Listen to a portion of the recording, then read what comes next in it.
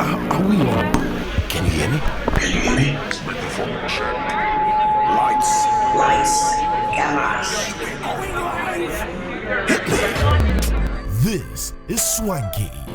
This is lifestyle. This is culture. Welcome to the social center of everything culture. Culture Daily. Drum roll. The announcer, right? The announcer. Yes. His name. You've forgotten his name. Yeah. You'll forget his name. You'll forget his name too. Let's make some noise for the man Akwaboah live in the studio. Yeah. Essie, join us here. Join us live in the studio as well. Please join us here. Let's have a good conversation. Chale Akwaboah. Akwaboah. Yes.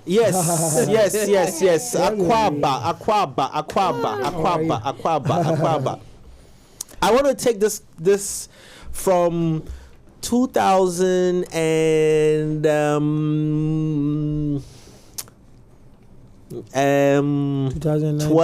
11. DJ Flexi, YFM. Yeah, 11, 12, yeah. Yes. What song was he playing constantly? There was a song that one of your songs. I Do Love You. Yes. I do love you. Yeah. Every day.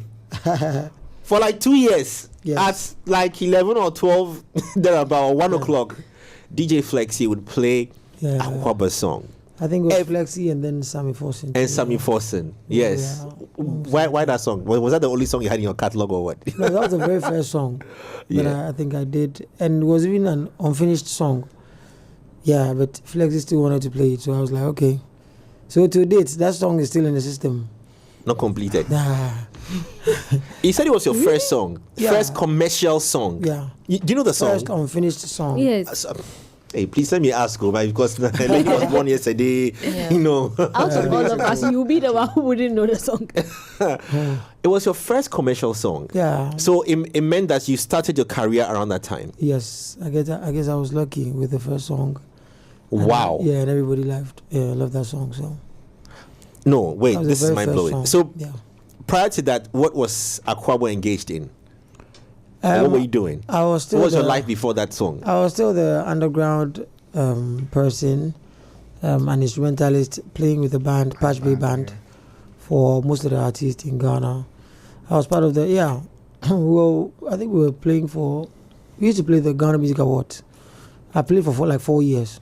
Oh. So I played for most of the artists, from the VIPs to 4x4s to almost all of them. Yeah. Wait, so you were playing as a band? Yeah. So what were you keyboardist? Keyboardist. Yeah, playing for most of the artists. Yeah. but also in that period, you had already put out I Do Love You, right? But I was now coming out with the I Do Love You song. Yeah. Okay, so but it wasn't like a popular song out there. Okay. It was, but then it was Flexi who was playing at I think YFM. Mm-hmm. Yeah. So after that, the release of I Do Love You, were you still playing? Did you still continue to play? No, I wasn't playing. Okay. What informed that decision to stop playing? Because I told myself that I wanted to be an artist. Okay. So I left the band, gave them another keyboardist. In fact, I was actually schooling the keyboardist. I had to give him most of the songs that we were playing. Okay. So when we go for shows, he comes around. Let's say I do an hour, and then he comes to take over. So gradually, when he got the whole thing, I left.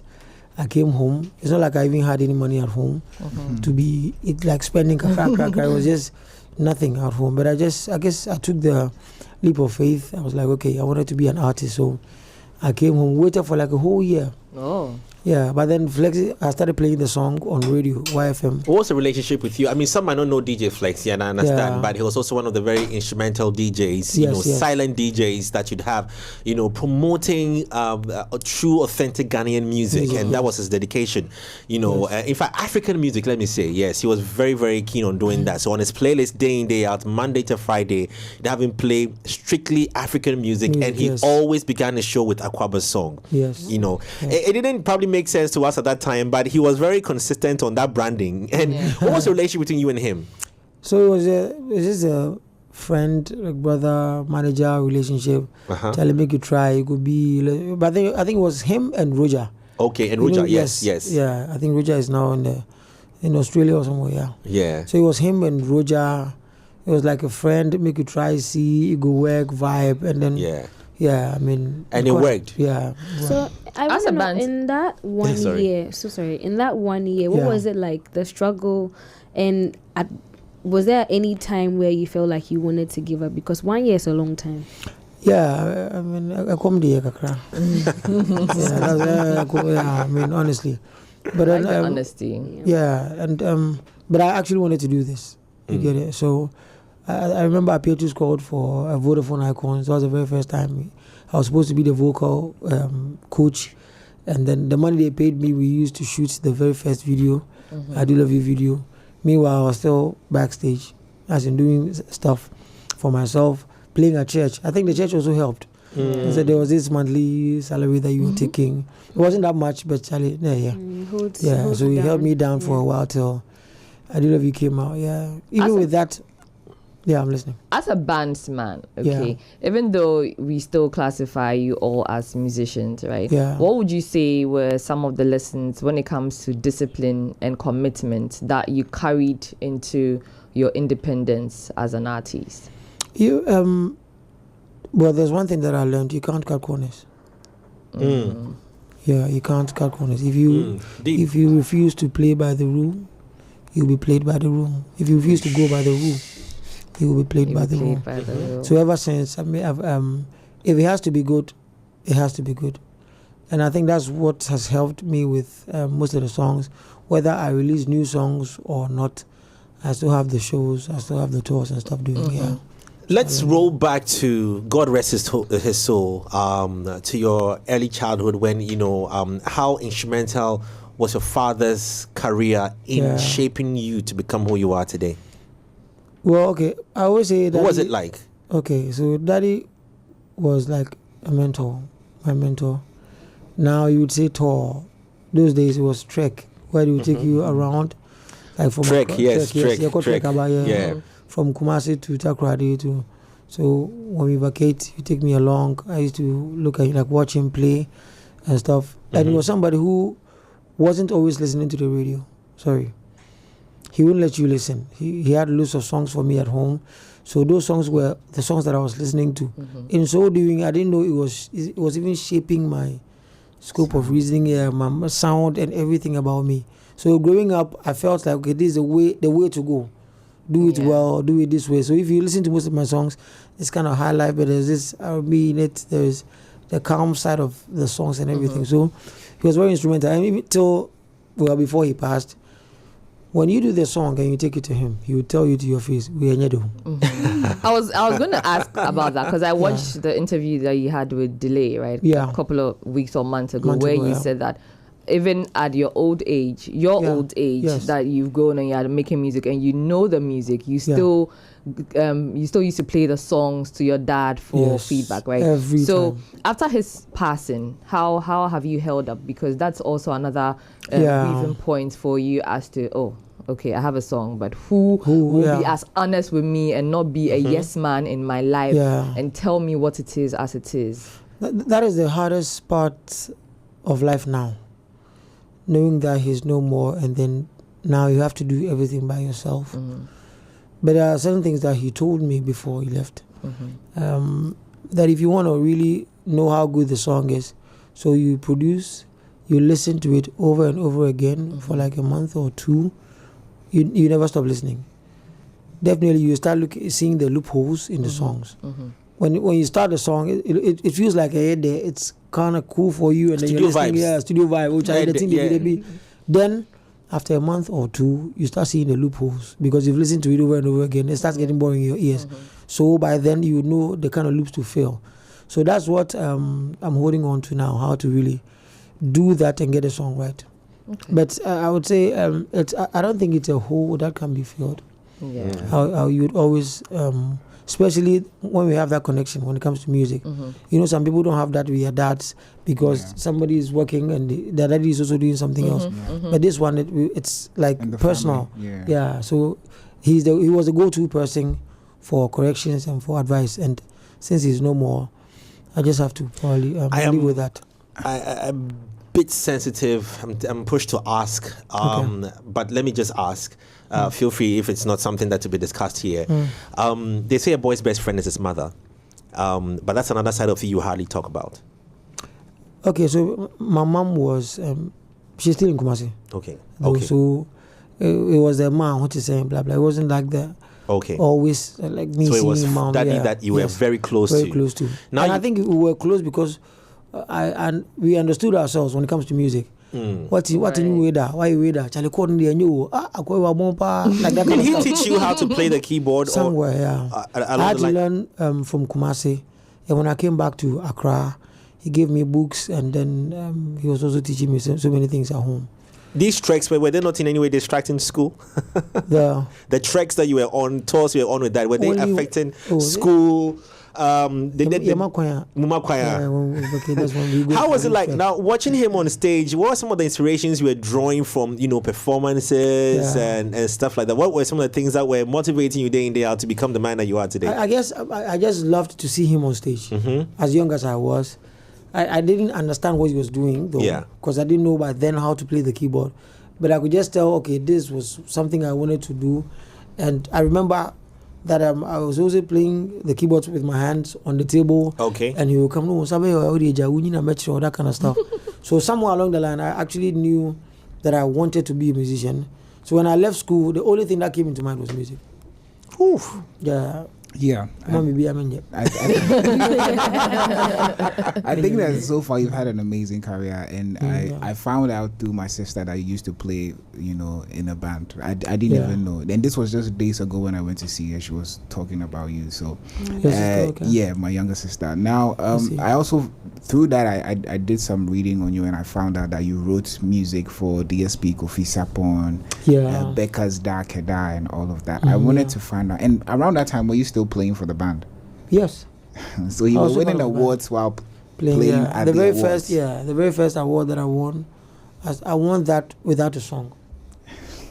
Yeah. That's exciting. But then I dyed my hair yellow. At every point in time, a man got to change colors. I don't remember Akwaboah. Well, we can Google it though. I mean, we can look for it. Maybe I want to find out how, songwriting impacted your career, and the people that you used to write for, how that affected your career, how it shaped you, coming into the industry and everything. Okay, so basically, I didn't even know I had that gift of writing songs. I was kind of hungry. Let me put it that way. I actually wanted to sell a song, so I spoke to Kiki Bansen, and Kiki was like, "How much we want to sell it for?" And I was like, "Give me 1,000 cedis." Wow. A whole song. And I didn't know it was that good. And I played that keda for him. So he listened to the song on the phone, and he was like, "You know what? You don't know what this song is or what you have. Let me produce it, release it, and tell people you wrote this song. And I think you would have more people to write for." And that was when we went to the studio. He did with Akwaboah, and then Mecca sang. It came out, and all of a sudden it was all over the place. And for me, it was kind of good for me because I know 1,000. Oh yes. No. Still But the thing is, I kind of loved writing for people. So yeah. I know the answer to this question might be it's a gift, but beyond that, let's get into a bit of technicalities with regards to writing songs, because you have classics, songs that they are very original. It's not born from anybody's sample of any sort. It's very original, and they are tunes. And these kind of songs, I beg to say that in modern day and age, you hardly have artists be able to produce songs that are so original. When you say original music, a combination of tunes, that hasn't been heard anywhere for you to say it sounds like that person's song. Yeah. What is your process in creating music, if I may ask? Because I know it might be there, you can say that you're lying down or there it comes. I agree, but are you combining certain notes to create new tunes to put down and say I'll use this later on? Are you hearing a part of us? I don't know. I just want to understand how it works. Because if you listen to "I Will Love You," if you listen to Dark Heda, if all the songs that he's mentioned so far, there are different songs individually. They don't sound, no two songs sound the same. Yeah. The only thing you might want to say is all Highlife music. Yes, okay. But I want to understand the technical process of Akwaboah's trade secrets. Trade secret. Don't reveal it. I know. How do you create music? Yes. Small. So the thing is, like we all know, music is spiritual. Yes. You need to allow it to take you to where it's taking you to. You don't force it out. So if it takes 2 months, 3 months, even a year to write the song, I have all the patience. Okay, that's one. It all comes with discipline. You get my point. There are some songs that you can go to the studio, and then the engineer plays a beat for you, and then it comes as a vibe, and then you can write a song. Then or create one. And there's one that you have to really sit down, discipline yourself, and write. Which of the songs did you have to do this? Like the Dark Dies. There's a song called Nyeman Ketwa. So there's a space that if it takes you, you need to listen and follow. You don't lead it. That was with you and Sina Soul. Yes. The last. Yes. Obia. What inspired that song? How did you write that song? That song is too classic. Yeah, it's basically a love song. I actually wanted to. We are going to talk about how much money is generated. But that song is too classic. That's my ex's favorite song. So you have an ex called. Hey, so that's his ex's favorite song. Oh, I see. And he still remembers. I thought you said your auntie. I didn't say your ex. No, my sister likes your music. She was telling me about you, but that song with Sina Soul is one of my ex's favorites. And then she used to play for the two of you. I actually wrote the whole song. I wanted to sing it all. So we went to the studio and I was like, okay, let me do the first verse and then Sina will do the second verse. We got there, I started teaching her verse to sing. And then it felt like a voice was talking to me. It was like, you know what? Look through the songs. You can change them. So I made her wait for a while and I started reading the lyrics. And then it felt like, okay, you sing this part and let her do the next part. Yeah. You do this part, blah, blah. And it started rearranging itself. I didn't even plan it at home. When we got to the studio, that was where everything started coming. In my mind, I'm going to do the first verse. Everything was going to be me. And then she would do the second verse. I need someone to call my home. The whole thing. So I started teaching her the whole song. And then it started rearranging. So sometimes you don't force it, you don't lead it. You just follow it where it takes you. The instrumentation, had the band had you put something down? Was it a band or did you create the song before the band played along?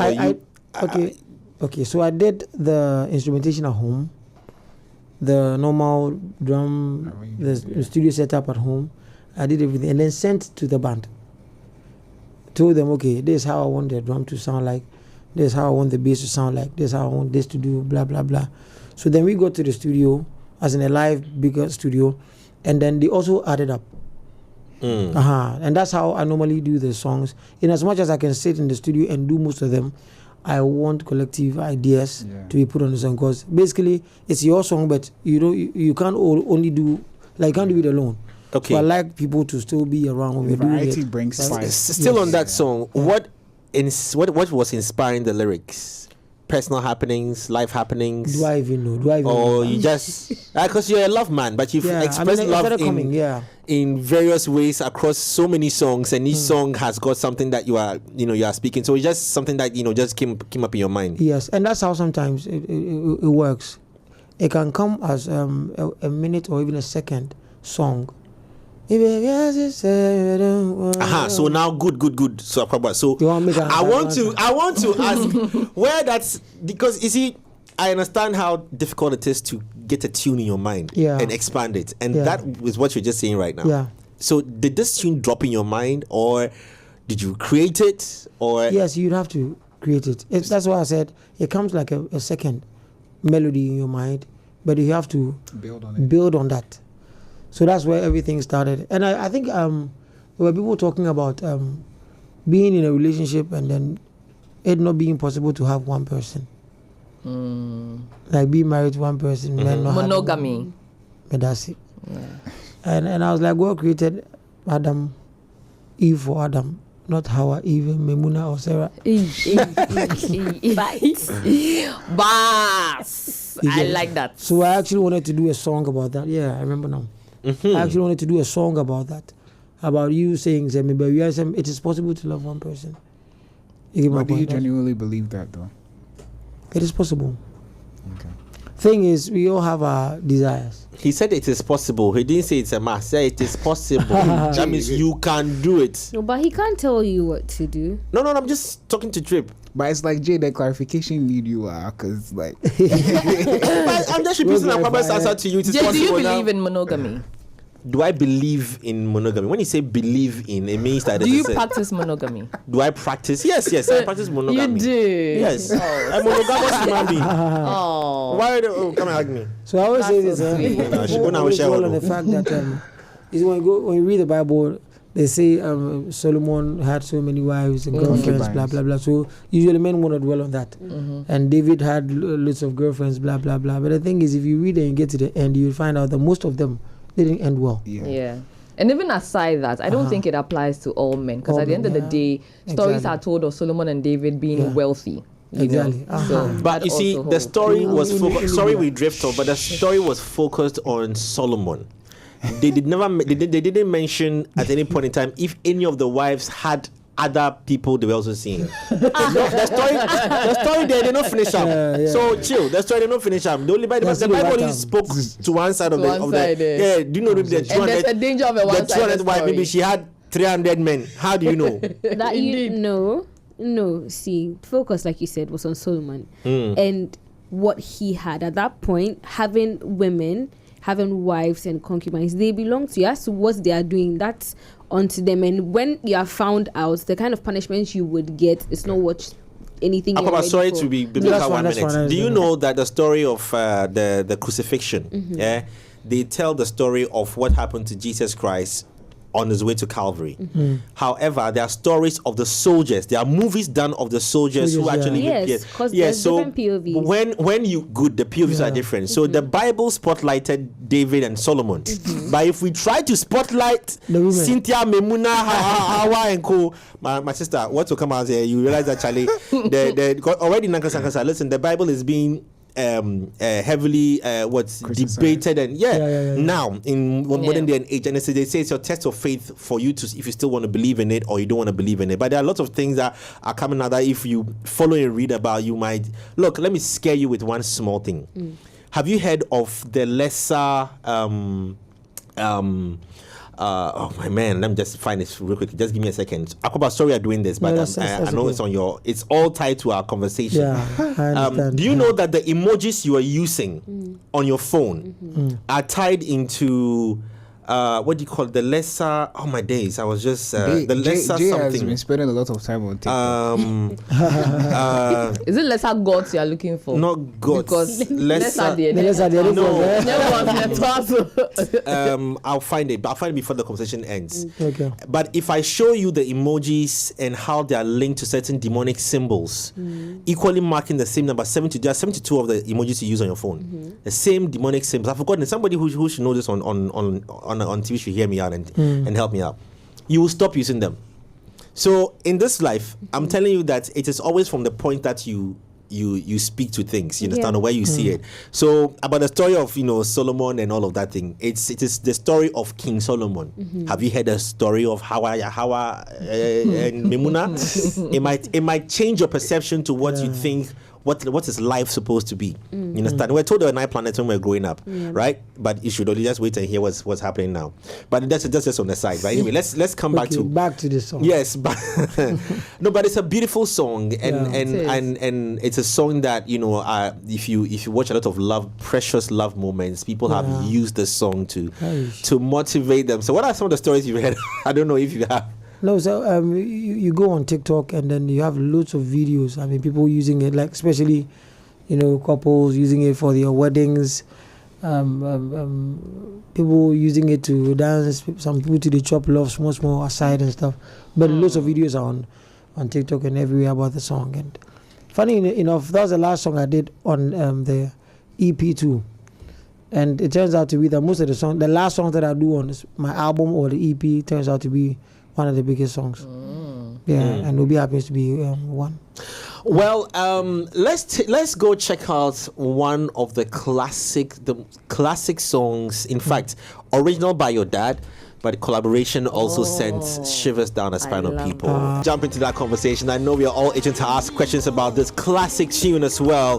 A father-son collaboration that will never be forgotten. But before that, I'm reminding you that Betway's got this perfect multi-bet for you. Listen, you're playing those games, you have one bet messing up the odds, the slip, and then making you lose the entire slip. Well, listen, Betway's got the bet saver feature, which can let you win. Even if your bet misses, or even on multiple losses, you can still get your bets back and more. Terms and conditions apply. It's called the Bet Saver. It's exclusive to Betway, regulated by the Gaming Commission of Ghana. Bet the responsible way. Betway, get way more. And listen, if you also want to get onto good internet, then jump onto Telecel's fixed broadband today. If you purchase, you're a new customer, you're getting 50% bonus.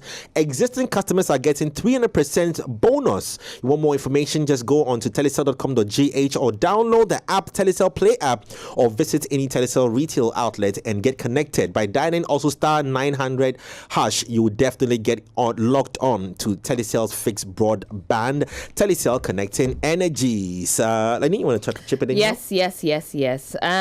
Cleanse hand soap is here for you, and that comes from the GC brand. It also protects you from germs and bacteria, and also kills 99.9% of germs. So you can recommend that for your friends and family as well. And of course, it comes in a variety of delightful flavors. So whether you want the antibacterial, chocolate, strawberry, aloe vera, or maybe vanilla and honey, Cleanse is here for you. Remember to stay clean with Cleanse. And the GC brand, we say that it's all about you. Is it you to tell them about halitosis? Oh, don't do that. Okay. Well, we all know that every time we eat, food and sugars are trapped between our teeth, leading to, foul breath, halitosis. And so the best thing to do is to always use Pepsodent and to brush in the morning and before you sleep at night. Now, Pepsodent charcoal is very available for you to use. It's available in the charcoal and the herbal, variant. And so whichever one works for you, just go for that. But remember to use Pepsodent in the morning and at night. And since Pepsodent has been educating Ghanaians for the past 26 years, definitely do well to reach out to them on their toll-free number 0800 161 000. That's 0800 161 000, and you would have a blissful breath and not halitosis. It's very important. Well, I think I found what I was looking for.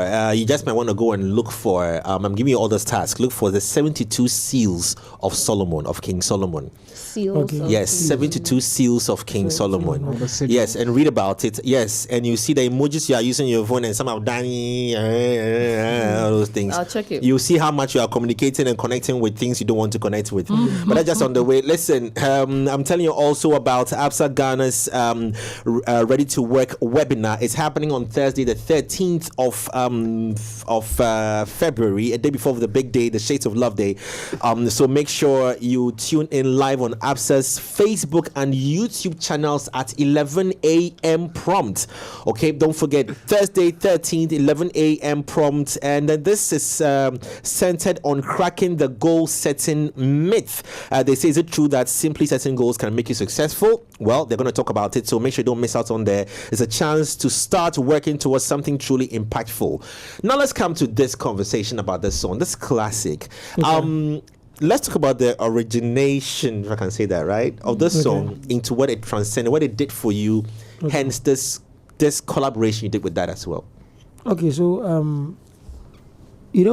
I remember one time Dad actually came for me. I was with my uncle in his car and he played the song for me. That was the very first time I heard the song. To date, it still makes sense in my ear. He was at home one time, he was like, can we do something about it again? I was like, Nada, he was like, no, let's remix it. So we met in the studio one time, and then actually everything was him. I wasn't part of the remixes and whatever happened to the song, from the horns to the drum to the guitar to how everything was sung, was basically that. And here we are, to the song, and then it's been a classic. It's a very touching song. What is one of the most powerful songs that you have written and sung? I mean, from your library. I know you would say you don't say every song, yes, but we the listeners, if you ask us, we have favorites. Yeah. If you ask us, the listeners, but I'm very sure from your. I mean, there's one song that I can say I can congratulate myself for writing that song, which is Shemibo. There's one song called Shemibo. It took me like a year to write that song because titles may evade me. Please remind me. Mommy, as I said in every year. I'm sure you guys can get it for you. Yeah. Please let's pull the video out. Why that song? Because that song is kind of personal. Yeah, personal in terms of me having a conversation with Daddy. I remember as young as I was, the very first day he played the Arochiche for me, he was talking to me about life and certain things. And as young as I was, I didn't really get it. Till I grew. And I was like, okay, I understand what Dad was telling me years back. So how can I make a song out of that? Because most of the young guys go through such situations, but then we don't know what to do with it or how to react. So I put it in the song. Mami asani me fifie se wonti me ngware biem papa na jo so wonti fesa ho tra banti kwa na obeko papa bonani anani ni suo enso mami amdwenani anhwenechi. So if you listen to the song, you'd find me in there. And then in as much as it was personal, I still wanted to make it a tune for everybody. Yeah. And turning that to be a song for everyone is the hardest thing to do. Because if you don't take care... But I think that you executed that like really well, because I the song is playing in my head, the lyrics Meja ho fe akopel obapa, so it's it was really, and that was a statement from my dad. In your head, No, that's a very strong statement from my dad. That means me power you, but me kofa ho fe. I was going to save the conversation for Shades of Love and then Marriage for last, but I'm saving. I'm only telling you I'm coming to Marriage Life. But let's also within the career there was a moment when I know you probably this was another time in your music life. There was also a collaboration with you and Sarkodie at a point in time. Let's expand a bit about, get to know about how the relationship between the two of you and the making of that Mary album as well. Okay. Just run us through memories. What were some of the learnings from that, and that whole journey of a collaboration with the two of you like this. So me and Zach, I think I the very first time I met him was on an event, I think at Banquet Hall. Yeah, I spoke to Sammy Forcing. Sammy introduced me to Sark. We met at the Moving Pick. That's when he told me about the Mary album. But then, so the first time you guys met, you started talking about the album. Yeah, but then he had listened to the I Do Love You song. You know, Sammy Forcing was his manager. Yes. So he had listened to the I Do Love You song countless times on radio, but he didn't know the face or the name behind that song. So when Sammy Forcing introduced me to him, he said, okay, so this is the guy who sang that song. And Zach was like, because by then I had already played for him for Ghana Music Awards. Oh. He had come for rehearsals and he has met me so, but he didn't know I was the brain behind the I Do Love You song. Then he was like, you know what, I think we should meet and talk. So we met at Moving Pick. He started telling me about the Mary album, what he wanted to do, and I was like, okay, cool. And I did the very first song for him, which was End Up Falling. He listened to it and was like, you know what, I think we should do the album. An album. That's where everything started. We worked on the album. And I think it was good. It stands out as one of Sark's albums that, it would forever be a very remembered album. Yes. In the beginning people were like, oh, this, but after, it grows on you. How is it like, when you have to study an artist and write a song for the artist? What are some of the things that you look out for? Because you've written songs for people and it fits them as though they were the ones that produced or wrote it themselves, like you mentioned, like Darker Die and Co. So when I was talking to Zach, he made me understand what he wanted. He wanted to bridge the gap between the rap and then Highlife, because it was something that his grandmom told him to do. So then, in as much as I was in the space for Highlife, I had to still do me, but then put him in there by doing songs like Captain Bo songs for him to be able to rap on the kind of the Highlife, because I knew Highlife was the thing for Ghana. That's how I was able to I wasn't even thinking about him like him. If I was thinking about him, then it would be the fact that, okay, he owns the album, but then I had to still write in the space of Highlife.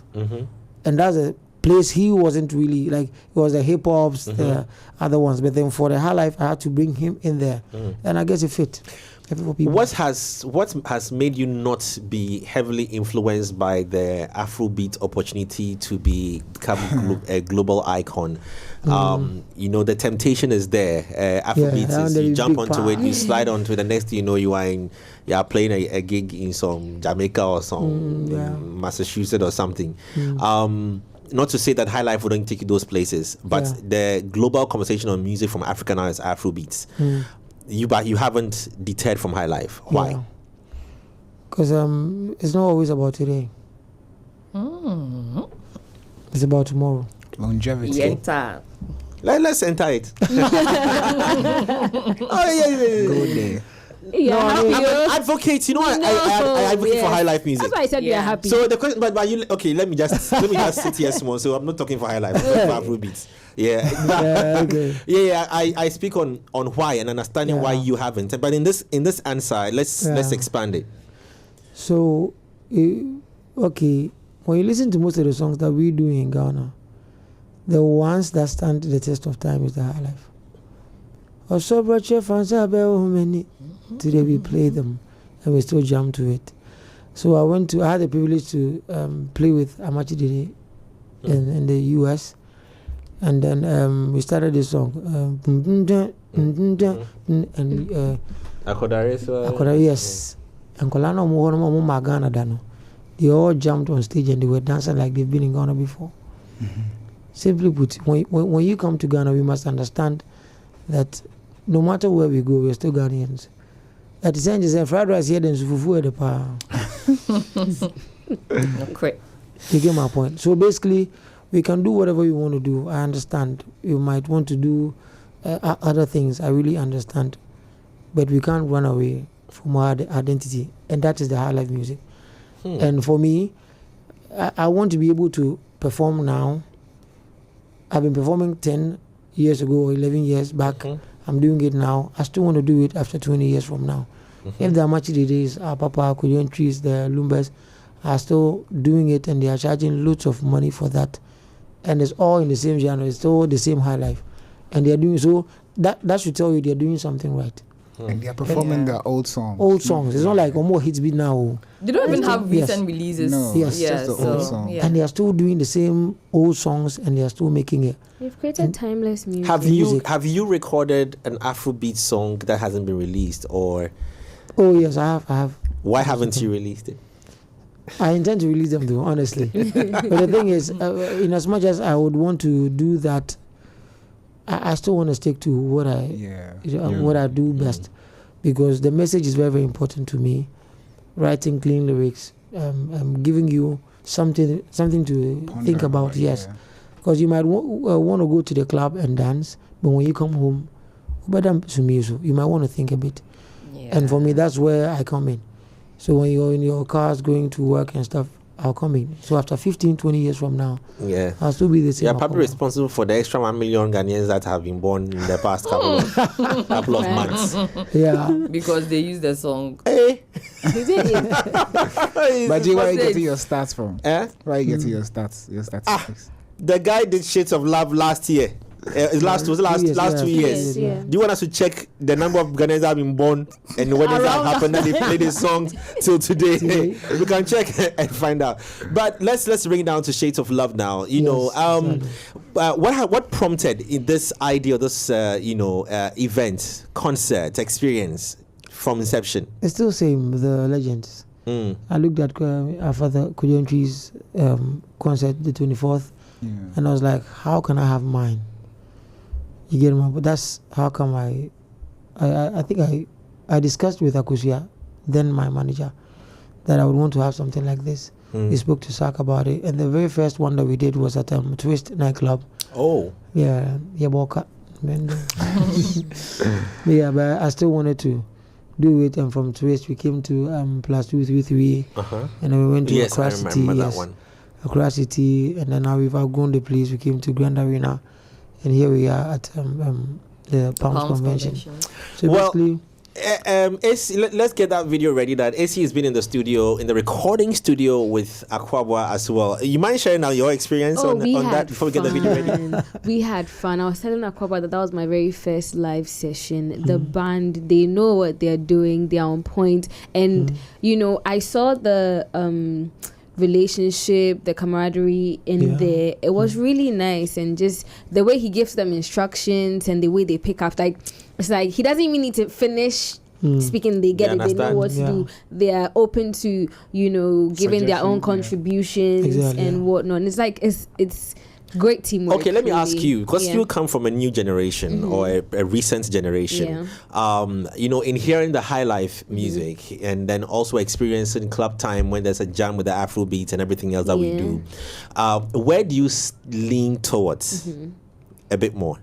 Between Afrobeats and between Highlife and everything else, I think Highlife is always going to be because he's here. No, of course, because that's why whenever you say the Highlife thing, I get it. And I was going to ask him a question about fusing Highlife into other genres, because if we want to be honest, a lot of our Afrobeat hits have Highlife elements in it. Yes. And so I feel like if we want to be really honest with ourselves, this is what we have. And so the point, when we get to a point where we all embrace it and use it and acknowledge it, it gets popular, then we can start to have bragging rights like Nigerians. And so that's where I stand. Okay. How's preparation been so far? Getting ready for this one? It's been good. It's been tiring, but we are on, we are passion driven. So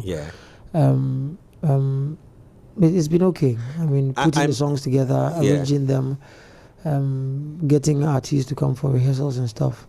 It's been tough, but so far so good.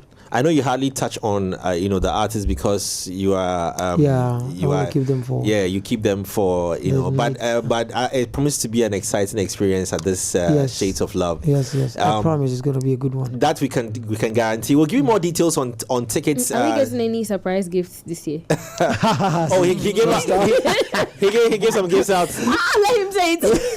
Say it. I will say. He said it in the interview. Okay. I see. Okay. If you want to surprise, in case you want to surprise me, pay PS5. 14,000 pay. Let's go into the studio and check. And then review river. Sir. Remember, Do you know what? When you get there, you play one match. If you win, you take it. You won't win. You won't win. For me, for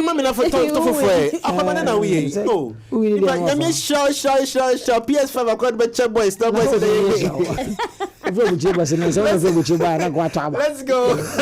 Let's go. I tell you what. Listen, before we go to the video, so this is around 2016 or 2017 thereabouts. There's a Sunday night gig at Akosombo. Okay, and we go there, and Akwaboah was on the bill, and K-Day was on the bill. Okay. At that when I was sitting back watching the two of them do their thing right after the back-to-back performances, I was like, "Hey, boys, Akashi, Sunday night. I mean, Monday, me quit, man. Boys are vlog, Sunday night. Oh, you were Akosombo, you were asleep. Boys were active. But that's the blessing that this comes with. But let's go into the studio and check out AC hanging out on a BTS with Akwaboah, preparing for Shades of Love next week, Friday evening, 7 p.m. So if we play it again, definitely do well to check it out. Well, it's airing on the channel again, so it's a 15-minute video. You don't want to miss it. It's also going to be on our socials as well. More on the BTS. So what is it like for a first timer coming to Shades of Love? Before we jump out, coming to Shades of Love, what is the experience like? I don't get that. So what is going to happen? Okay. Yes, at Shades of Love for a first timer. I mean, baby, that next week Friday, my corny girl be pa. Just say. So. Why? We should come and find out, right? Yes, that's it. I think they should come and find out for themselves. I'm sure. For what I know they're going to have fun. The first, as in the intro and everything, is going to surprise them. That's what I believe. They're going to get lots of surprises coming. I've got huge acts coming. But for the very first one, I think they're going to be surprised. Once Mr. Ezekiel Teta is on your team, be careful. They might pour it on you. So I'm going to call you black.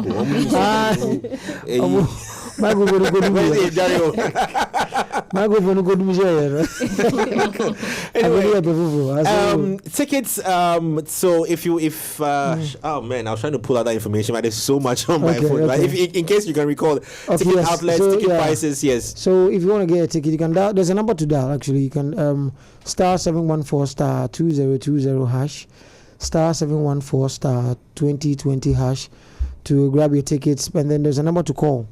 0246 466 770. Okay. 0246 another 466 770 to get your tickets. I mean, for regular it's 300 Ghana cedis. For VIP it's 500 cedis.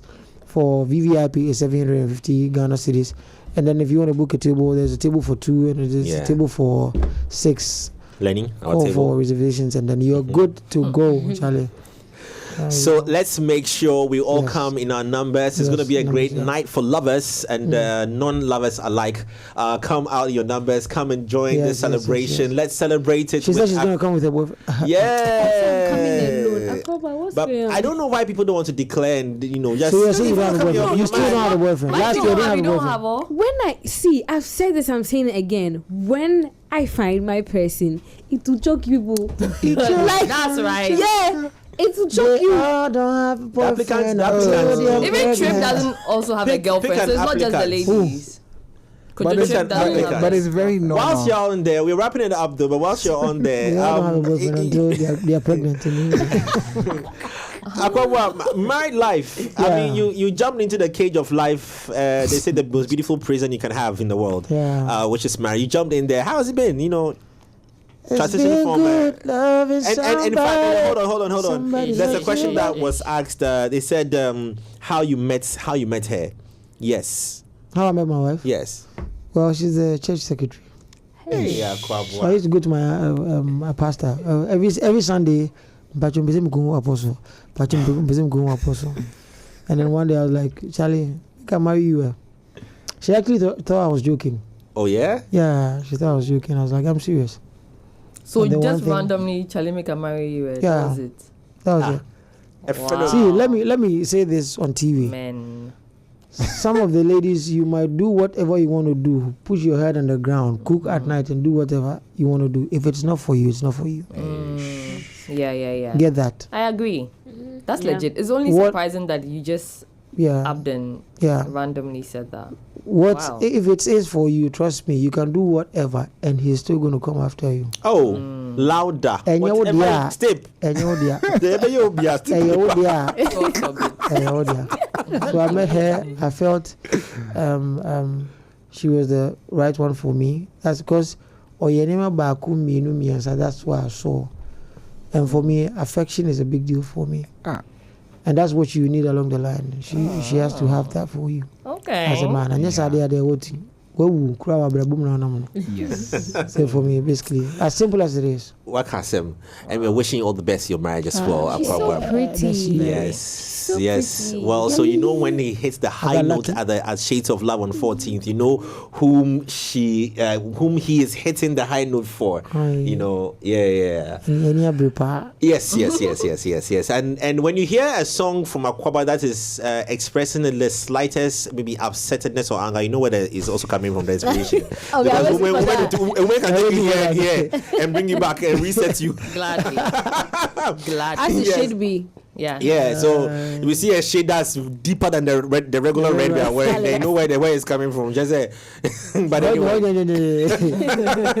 Charlie Akwaboah, thank you so very much. And we know it's going to be solidly behind this event. It's going to be a great one. And thank you guys. Thank you guys for having me. Charlie. Thank you. I see the promos. I see everything. I want to say a big thank you to you, to Step, to everybody. Everybody working on Shades On of this- Love. I really yes, want to say yes. thank you Big guys. I shout really to appreciate Sheena. it. She's been such You're an welcome. instrumental person. Yeah, Sheena, my baby girl, In Sheena. this, hey, can we Hey. Kasimabo.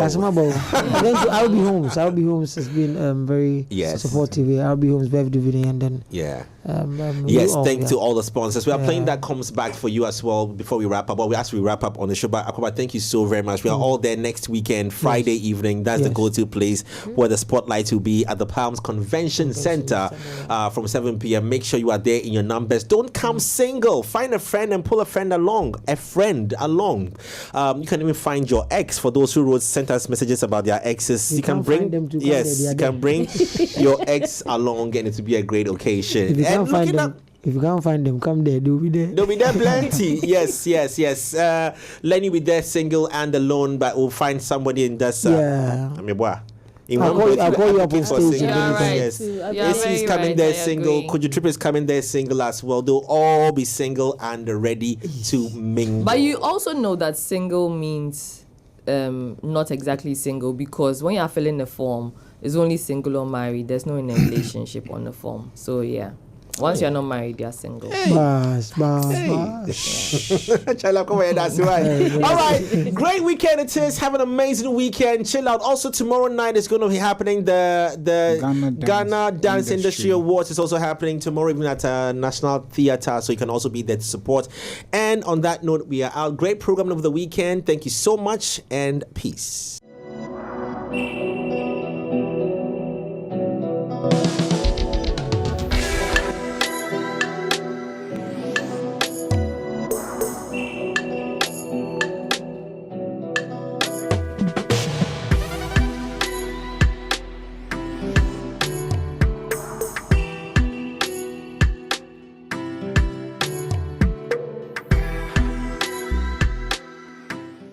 Culture Daily was brought to you by Telecel.